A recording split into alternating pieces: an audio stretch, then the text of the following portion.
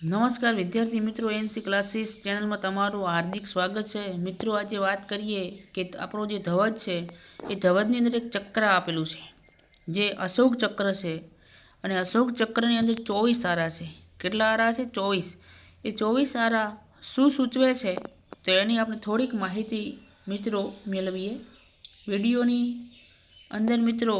અને આ ચેનલની અંદર તમે નવા હોય અને પ્રથમવાર વિડીયો જોઈ રહ્યા હોય તો ચેનલમાં તમે નવા જશો તો આ ચેનલને તમે સબસ્ક્રાઈબ કરવાનું અને મિત્રો આ વિડીયોને લાઈક કરવાનું ભૂલતા નહીં અને બીજા મિત્રોને શેર કરવાનું તો ભૂલતા જ નહીં, અચૂકથી પણ।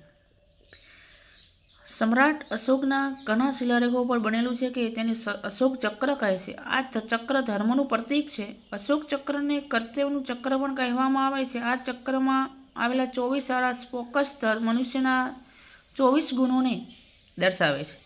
બીજા શબ્દોમાં તેને મનુષ્ય માટે બનાવવામાં આવેલા 24 ધર્મ માર્ગ પણ કહી શકાય। અશોક ચક્રમાં જણાવેલા બધા જ ધર્મ માર્ગ દેશને ઉન્નતિના પંથ પર પહોંચાડી દેશે।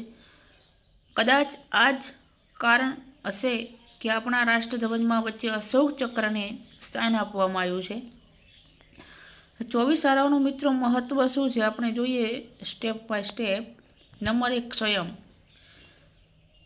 સંયમિત જીવન જીવવાની પ્રેરણા આપે છે। આરોગ્ય, નિરોગી જીવન જીવવા માટે પ્રેરિત કરે છે।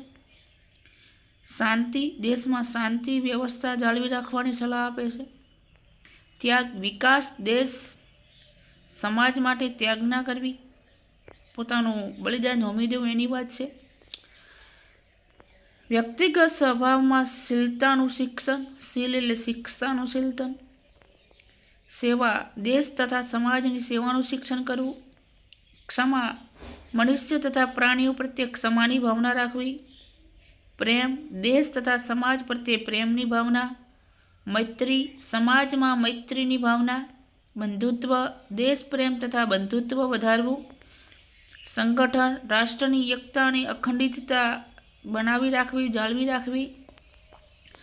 દેશ તથા સમાજ માટે કલ્યાણકારી કાર્યોમાં ભાગ લેવો।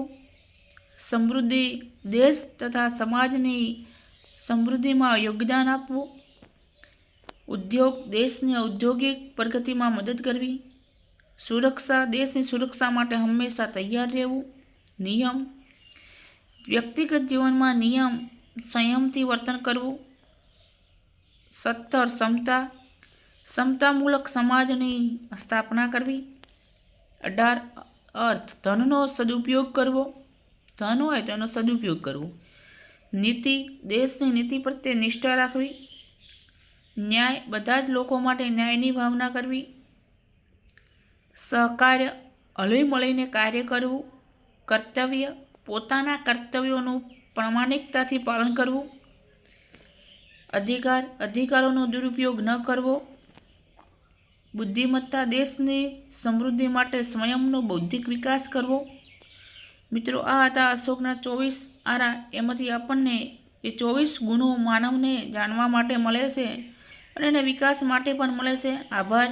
પ્લીઝ મિત્રો નવા હોય તો સબસ્ક્રાઈબ કરવાનું ભૂલતા નહીં। જય હિન્દ, જય ભારત।